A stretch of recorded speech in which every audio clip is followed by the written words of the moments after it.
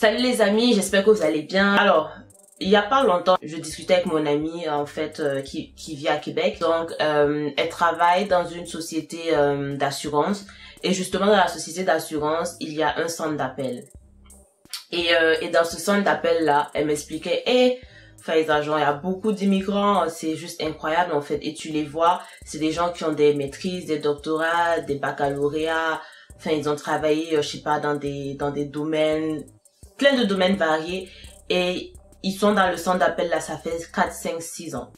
Genre, elle me dit, c'est vraiment, moi, ça me fait mal au cœur en fait quand je vois ça. Des gens qui sont venus ici, qui ont dépensé beaucoup d'argent, des années dans les études pour se retrouver dans le centre d'appel. Ça, je le savais déjà qu'il y avait beaucoup de gens avec des gros diplômes, des immigrants dans les centres d'appel. Donc, j'ai décidé de faire cette vidéo-là, en fait, pour exhorter tout le monde, que vous soyez immigrant ou pas, pour vous exhorter à, s'il vous plaît, ne pas faire carrière dans les centres d'appel, éviter le piège des centres d'appel. Maintenant, si toi qui me regardes, tu travailles dans un centre d'appel et tu es content de ton travail, tu veux y faire carrière, tu peux tout de suite couper la vidéo parce que elle est vraiment adressée aux gens qui n'ont pas l'intention, qui ne voulaient pas, qui ne veulent pas faire carrière dans un centre d'appel et qui sont partis à l'université, qui sont sortis avec des diplômes et qui se retrouvent pendant des années à travailler dans un centre d'appel.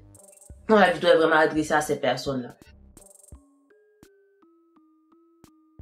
Déjà pour commencer, j'aimerais dire que j'ai travaillé dans 2 centres d'appel. Donc je connais en fait c'est quoi le travail. Je comprends aussi pourquoi quelqu'un pourrait être amené, après avoir gradué ou quand tu es à la recherche d'un emploi, pourquoi tu pourrais être amené à prendre un emploi dans un centre d'appel. Déjà, on a des factures à payer. Pour les gens qui ont des familles, vous devez vous nourrir votre famille. Donc, je comprends que, en fait, le besoin urgent d'argent fait que, voilà, quelqu'un est enclin à prendre un travail dans un centre d'appel. C'est normal, il n'y a pas de souci. Le problème avec ça, c'est quoi? C'est que tu commences à travailler. Bon, tu te dis, ok, je vais prendre ça et continuer à postuler à côté. Mais la réalité, c'est que beaucoup, quand ils commencent à travailler à temps plein, ils arrêtent leur recherche d'emploi, de ce qu'ils veulent, genre dans le domaine dans lequel ils ont étudié. Ils arrêtent, ils vont postuler peut-être 1, 2 fois par semaine, ça n'a pas fonctionné, ils n'ont pas reçu d'appel, ils n'ont pas reçu d'interview. Ils arrêtent et ils se disent, ok, l'année prochaine, je vais recommencer. Mine de rien, l'année prochaine arrive, ils reportent, ils se disent, je vais essayer l'année prochaine. Là, je sais pas le bon moment pour commencer à chercher du travail dans mon domaine. Ainsi de suite. Ils repoussent jusqu'en, mine de rien, la personne se retrouve 5, 4 ans dans le centre d'appel. L'autre problème qui vient avec ça, c'est que, plus vous restez longtemps sans travail dans votre domaine, plus c'est difficile de trouver un travail dans votre domaine. Donc ça veut dire que si vous passez 1 année, 2 ans dans un centre d'appel et que disons que vous avez étudié en finance comme moi, ça va être extrêmement difficile de trouver un travail en finance et de justifier les 2 ans que vous avez passé dans le centre d'appel.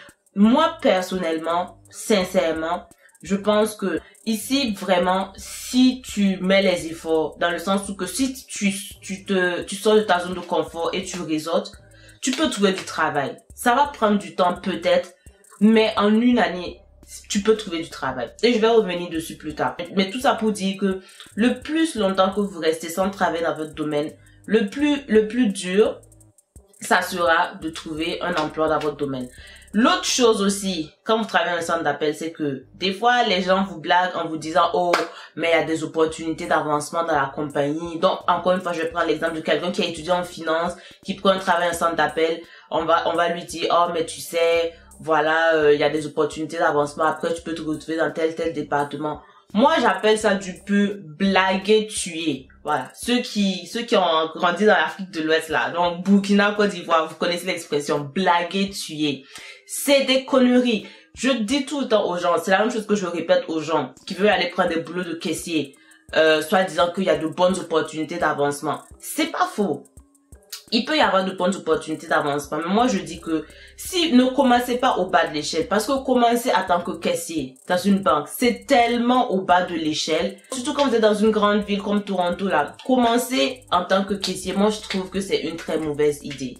Ça dépend de vos objectifs de carrière, mais si vous voulez faire affaire avec les compagnies, tout ça, et je l'ai même mentionné dans une de mes vidéos où enfin je parlais de mon travail, j'ai dit commencer en tant que caissier, c'est une très mauvaise idée. Si vous ne voulez pas un travail ou que vous faites affaire avec les individus, si vous voulez faire affaire avec les compagnies et c'est là où genre l'argent se trouve, commencer en tant que caissier, c'est pas une bonne idée. Donc la même chose, commencer dans un centre d'appel en se disant oh, il y a des opportunités d'avancement, tout ça. Oui, il y en a, mais ça va vous prendre combien de temps pour arriver là où vous voulez arriver? Sans parler que si par exemple vous êtes sorti avec un diplôme d'ingénieur et que vous voulez trouver un travail dans le boulot d'ingénieur, aller travailler dans un centre d'appel, c'est pas la bonne voie pour vous en fait. C'est quelle opportunité d'avancement qu'il y a pour vous là-bas? Donc c'est des choses auxquelles il faut penser en fait. Et bref, pour revenir à ce que je disais, c'est très facile de se retrouver coincé, piégé dans le centre d'appel. Parce que aussi, avec votre ancienneté, vient les bénéfices, la paye qui augmente. Encore une fois, ceux qui ont des enfants vont se dire, ah, j'ai des bénéfices, il y a mes enfants qui sont là, voilà, je vais juste rester. Et la raison principale pour laquelle les gens restent dans les centres d'appel, ils restent dans leur zone de confort. C'est confortable. Tu n'as pas grand chose à faire. Tu décroches juste le téléphone, tu parles aux gens, tu donnes les informations qu'ils veulent. Puis that's it. Donc c'est tout ce qu'ils ont à faire. Ils ont les bénéfices, ils ont ci, ils ont ça. Et après tu restes seniorité, ancienneté. Tu as peut-être payé 2, 3, 4 dollars de plus, puis tu es content. Déjà, il y a une autre chose aussi par rapport au centre d'appel, c'est que au Québec, déjà, on n'a pas la même notion de qu'est-ce qui est un salaire élevé. Moi, encore une fois, dans ma vidéo, je parlais de mon travail, j'ai donné mon salaire. Donc, je suis payée 60 000 dollars. Et ça, c'est parce que c'est ma première année. Et là, j'ai même pas encore commencé mon vrai travail qui est gestionnaire de compte. Et quand je vais commencer, le salaire de base va monter, je pense, autour de 75, sans le bonus. Donc, avec le bonus, cette année, on n'aura pas de bonus, évidemment, avec le Covid et tout. Mais avec le bonus, facilement, tu peux taper 85 000 dollars. En étant juste 2-3 ans dans le rôle. Quand je dis aux gens de Québec, mes copines, mes amis intimes, quand je leur parle, je leur dis mon salaire, ils disent ouais c'est beaucoup. Moi je leur dis non, c'est pas beaucoup. Surtout vivant à Toronto et surtout en finance. J'ai fait une vidéo en fait où je parle des domaines qui paient le plus au Canada. La finance fait partie de ces domaines-là et je connais des gens personnellement qui font le double de mon salaire annuel. Ils font le double. Je connais un proche ami à moi qui fait 120 000 dollars minimum l'année. Il est dans ce qu'on appelle investment banking. Donc, voilà, vous pouvez faire des recherches dessus. Donc, 60 000, c'est rien. Pour moi, c'est pas grand chose, ça. C'est pas beaucoup. Mais je vis pas mal, hein. Je vis bien à Toronto, mais tout ça parce que je suis en colocation. Si je vivais sur le salaire dur, alors qu'avec 60 000 dollars, je vis comme une princesse à Québec City, dans la ville de Québec. Je vis très bien. Et donc, tout ça pour dire que les centres d'appel sont tellement mal payés et les gens au Québec pensent que c'est bien payé. Moi, j'entends mes copines qui travaillent dans les centres d'appel, elles me disent « Ah, moi, je suis bien payée, j'ai trouvé un boulot qui me paye 16, 18 dollars. » Moi, dans ma tête, je suis là. Mais c'est pas beaucoup. Même si tu es payé 20 dollars de l'heure, c'est pas beaucoup. C'est pas de l'argent, en fait, qui doit te pousser à rester faire carrière dans un centre d'appel. Donc, tout ça pour vous dire que même si vous trouvez un centre d'appel, en général, ils vont vous payer autour de 14 dollars, 13 dollars. C'est ça qu'ils payent. 14, 13 dollars, 15. Si on vous a trop payé, ça va toucher peut-être 20. Mais même 20, c'est pas beaucoup. Donc, ne vous laissez pas blaguer par le fait que vous avez des petites augmentations salariales chaque année. Vous vous dites, oh, finalement, c'est pas si mal que ça. Genre, vous arrivez à vous convaincre que c'est pas si mal que ça. Donc, bref, tout ça pour dire que essayez au maximum d'éviter, si ce n'est pas ce que vous voulez, si sincèrement, parce que je sais pas s'il y a des gens qui aiment vraiment travailler dans les centres d'appel. Il y a des gens qui ont fait carrière dedans, qui ont pris leur retraite. Je me demande en fait si c'est parce que c'est confortable, encore une fois, parce qu'ils savent, ils connaissent ce travail, ou c'est parce qu'ils aiment. Je doute sincèrement que quiconque aime travailler dans un centre d'appel. Comme je l'ai dit, ce n'est pas un boulot valorisant. C'est à mon opinion. Moi, j'ai eu plein de boulot dans ce pays-là. J'ai été caissière dans des boutiques de vêtements. J'ai travaillé au Tim Hortons. J'ai fait la plonge. J'ai lavé les plats. J'ai fait full d'affaires. Et bizarrement, le centre d'appel, j'ai travaillé dans les centres d'appel, mes boulots d'agent, service à la clientèle dans les centres d'appel, là, c'est les boulots que j'ai le plus détesté. Pour une certaine raison. Parce que vous pouvez me dire aussi que travailler au Tim Hortons, c'est pas valorisant. Qu'est-ce que tu fais? Tu fais les petits gâteaux, tu vas devant, tu sais, les clients, tu leur donnes du café. Moi, je sais pas, j'étais vraiment heureuse quand je travaillais au Tim Hortons. J'aimais trop ce travail-là. Mais le centre d'appel là m'a rendu misérable. Genre, c'est le moment où je me suis posé des questions existentielles. Et je pense aussi que la raison, c'est que quand je travaillais au Tim Hortons, j'étais étudiante. Quand je travaillais dans les centres d'appel, j'avais mes diplômes universitaires. Donc, je me demandais, Faiza, qu'est-ce que tu fous? C'est quoi ça? Tu fais quelque chose qui te plaît pas, en fait, limite, ça me dégoûte, en fait. Tu te demandes, mais en fait, c'est ça, tu es parti à l'école, tu as souffert pendant 3-4 ans, là, tu as obtenu un bac en finance pour venir travailler dans le centre d'appel. That's it. Donc j'imagine même pas en fait. Je pense que c'est le même sentiment que beaucoup de gens qui sont dans les diplômes universitaires. C'est le même sentiment que beaucoup de gens là partagent, mais ils se disent bon, you know, des fois quand le temps a passé, 3-4 ans passé, tu te dis c'est trop tard. Et c'est vrai, c'est tard. Si t'as passé 3-4 ans, t'as pas travaillé dans ton domaine, à moins que tu retournes aux études, fais un truc genre une formation, une maîtrise, en tout cas truc pour rafraîchir ta formation, rafraîchir tes connaissances, c'est pratiquement 3-4 ans, oublie, c'est fini. Je sais pas en fait, il y a rien d'impossible dans la vie, il y a rien d'impossible, mais ça va être extrêmement difficile de trouver du travail après 3-4 ans ou que tu n'as rien fait dans ton domaine. Donc si vous voulez éviter ça, s'il vous plaît, quand vous avez un travail dans un centre d'appel, ne devenez pas paresseux. Ne devenez pas paresseux, continuez à postuler. Et quand je dis postuler, ce n'est pas 1-2 fois par semaine, puis that's it. Il faut vraiment postuler. Le peu de temps libre que vous avez, postulez. Continuez à aller aux événements en lien avec votre domaine. Je suis sûre qu'il y en a. Il y a des événements de réseautage pour toutes sortes de domaines, toutes sortes d'affaires. Continuez à y aller, continuez à réseauter. Le réseautage ici, tout fonctionne par connexion. Si postuler, ça fonctionne pas, les chances sont que c'est le réseautage qui va vous aider. Donc, je prends un exemple sur moi. Moi, quand j'ai fini l'université, j'ai pris une année. Donc, j'ai étudié à Québec. Après ça, j'ai pris une année où je suis partie en Ontario pour pratiquer l'anglais. Et quand je me suis sentie confortable, j'ai déménagé à Toronto. Puis voilà, puis je me suis débrouillée de là. Donc, j'ai d'abord eu un travail dans un centre d'appel chez CIBC. Ensuite, maintenant, j'ai trouvé mon travail, mon travail actuel. Ce que j'ai accompli là, je l'ai dit précédemment, mon boulot, j'ai pu l'obtenir grâce au réseautage. Le boulot chez CIBC, je l'ai obtenu en postulant, mais mon boulot actuel, je l'ai obtenu en réseautant. Donc, c'est le réseautage, j'ai contacté une madame qui a envoyé mon CV aux ressources humaines et de là, je suis allée aux entrevues et j'ai été retenue. Ce que j'ai accompli là, moi je suis pas quelqu'un de, je suis pas super intelligente, je suis pas un génie, il y a rien de particulier par rapport à moi, je suis juste un être humain normal. Mais la différence entre moi et mes collègues qui sont restés à Québec, qui travaillent dans les centres d'appel, ils ont des diplômes, des baccalauréats, des maîtrises, des doctorats, whatever, de gros diplômes. La différence entre eux et moi, c'est que moi, je n'ai pas peur de prendre des risques, je n'ai pas peur de sortir de ma zone de confort. Quand je partais en Ontario, j'avais pas de boulot, j'avais des économies vite fait, mais voilà, j'avais pas de boulot, mon anglais était bancal, et je me rappelle, mes parents, personne ne comprenait, mais tu pars faire quoi en Ontario? Mes amis, tout ça, tout le monde me disait, mais meuf, t'es folle. Il y a quelque chose qui a dérangé ici. Tu te lèves, tu pars dans un coin, tu connais personne, tu parles pas bien la langue, tu n'as même pas d'emploi. Tu vas faire comment? J'ai dit, moi, je savais en tout cas que je ne savais pas comment ça allait se passer, mais j'étais très positive.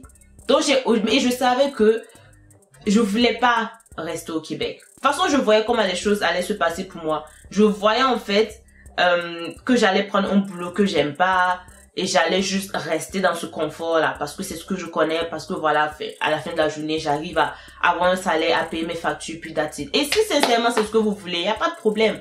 Si à travers un centre d'appel, comme je l'ai dit, là, ça vous dérange pas plus que ça, parce que à la fin de la journée, ça paye relativement assez bien pour que vous puissiez payer un loyer, prendre soin de votre famille. Donc si ça vous dérange pas, tant mieux pour vous. Mais moi, c'est pas le futur auquel j'aspirais. Donc, voilà, je suis partie en Ontario, j'ai pris le risque. Aujourd'hui, je vis à Toronto, j'ai un boulot stable, Dieu merci, avec de bonnes opportunités d'emploi, je rends grâce à Dieu. Mais tout ça ne serait pas arrivé si déjà j'avais été paresseuse, je ne postulais, parce que Dieu seul sait comment je postulais. Mais j'envoyais minimum 10 CV par jour. C'est l'objectif que je m'étais donné quand je cherchais du travail. Et si j'avais pas pris le risque de quitter Québec, je pense pas que j'aurais eu toutes ces opportunités. Même le fait de pouvoir d'être bilingue, de pouvoir parler anglais, c'est un atout incroyable que beaucoup négligent. Moi, si c'était à refaire, je le referais et même plus tôt. Donc tout ça pour dire que dans la vie, il faut prendre des risques. Et en fait, moi, ça me désole de voir beaucoup d'immigrants. Et en fait, quiconque, hein. Mais plus les immigrants, parce que nous, quand nous, on vient ici, on étudie ici, on paye cher nos études, on passe beaucoup de temps. Et encore, c'est vrai que voilà, on fait face à full d'affaires comme les discriminations. Et j'ai fait une vidéo où j'en parlais, en fait. C'est tout à fait non. Je comprends que les Canadiens, les entreprises canadiennes vont préférer engager des Canadiens plus que des étrangers. En fait, c'est normal. Tout pays le ferait. Tout pays va toujours préférer engager les gens, leurs citoyens que les étrangers, parce qu'il y a full d'affaires qui rentrent en jeu. La culture, vous avez la même culture, c'est plus facile de vous comprendre qu'avec des étrangers. Donc déjà, naturellement, il y a cette barrière là qui est là, il y a cette discrimination là qui est là, mais que je ne condamne pas en fait, parce que je comprends. Tant que c'est pas du racisme, je comprends en fait ce genre de discrimination là. Donc ce qui est là, nous, ça nous désavantage. Donc il y a tout ça qui rentre en jeu. Donc si en fait tu es dans ta zone de confort, tu n'auras que quelque chose qui comme ça, comme un centre d'appel. Si tu restes dans ta zone de confort, t'es pas prêt à prendre des risques, t'es pas prêt à te battre, t'es pas prêt à être genre vraiment te mettre en avant, faire ce qu'il faut. Et franchement, faire ce qu'il faut, pour moi, c'est réseauter. Ça dépasse pas ça. On est au Canada. Les gens sont ouverts ici à vous rencontrer. C'est incroyable. Je l'ai dit, j'ai pris des cafés avec des directeurs, des vice-présidents, des gens qui sont super occupés. Mais je les ai contactés sur LinkedIn. Ils étaient prêts à m'accorder 5 minutes de leur temps. Parce qu'ils savent que c'est dur de trouver du travail en finance, un bon travail. Mais quand tu es prêt à prendre le risque, tu es prêt à contacter les gens, en fait, tu n'as pas peur du rejet, tu n'as pas peur de la honte. Enfin, je vais dire ça comme ça. C'est pas bon de ne pas avoir peur de la honte, mais je veux dire, tu connais tes priorités, tu sais que tu cherches du travail et tu n'as pas peur d'approcher les gens. Franchement, ça va apporter que du positif. Donc, voilà, en fait, cette vidéo, c'est vraiment ça. Je trouve ça désolant, en fait, que des gens qui soient venus ici avec l'intention de, je sais pas, de faire quelque chose de grandiose, de faire quelque chose de bien, professionnellement, se retrouvent dans des centres d'appel pendant des années. Genre, ici, pour moi, c'est juste pas possible, en fait. C'est juste pas possible. Si tu mérites plus, faut que tu te battes pour plus. Et la vie, là, quand c'est trop facile, il y a rien de bon qui vient avec. C'est comme ça que moi, je vois les choses. Il faut que tu te mettes dans un état d'esprit où que tu es confortable à être inconfortable. Tu vois, tu peux pas finir, prendre un centre d'appel puis that's it. Pour moi, c'est pas du tout un boulot valorisant. Il y a personne qui devrait aspirer en fait à faire carrière là-bas s'ils ont le choix. Mais si t'as un diplôme collégial et tout, t'as pas vraiment le choix. Si t'as pas un diplôme universitaire, ça va être compliqué de trouver un emploi professionnel. Fait que là, je peux comprendre en fait, t'as juste pas le choix. Mais même là en fait, je mens. Même là, t'as le choix. Tu peux juste quitter, retourner à l'école, faire les études, puis genre trouver mieux. Faut toujours aspirer à trouver mieux. Donc, bref, voilà, c'est pas mal ça pour ma vidéo d'aujourd'hui. Je le fais pas assez. Il y a quelqu'un dans les commentaires qui m'a rappelé qu'il fallait en fait que j'exhorte les gens à s'abonner à ma chaîne parce que je le fais pas assez. C'est vrai, je le fais pas assez. Donc, oui, les amis, si vous avez aimé cette vidéo et si vous aimez le contenu de ma chaîne, s'il vous plaît, abonnez-vous. Je pense aussi qu'il y a un truc de notification, vous pouvez cliquer pour être notifié quand je publie des vidéos. Franchement, regardez, YouTube, les trucs, comment on dit ça, les réseaux sociaux et moi, franchement, ça fait deux. Je sais même pas comment ça fonctionne ce truc-là. Mais je vais faire plus d'efforts. Je vais faire plus d'efforts pour être à jour, plus sur les réseaux sociaux parce que franchement, ouais, en tout cas, bref, je vous dis à la prochaine pour ma prochaine vidéo et portez-vous bien. Allez, salut.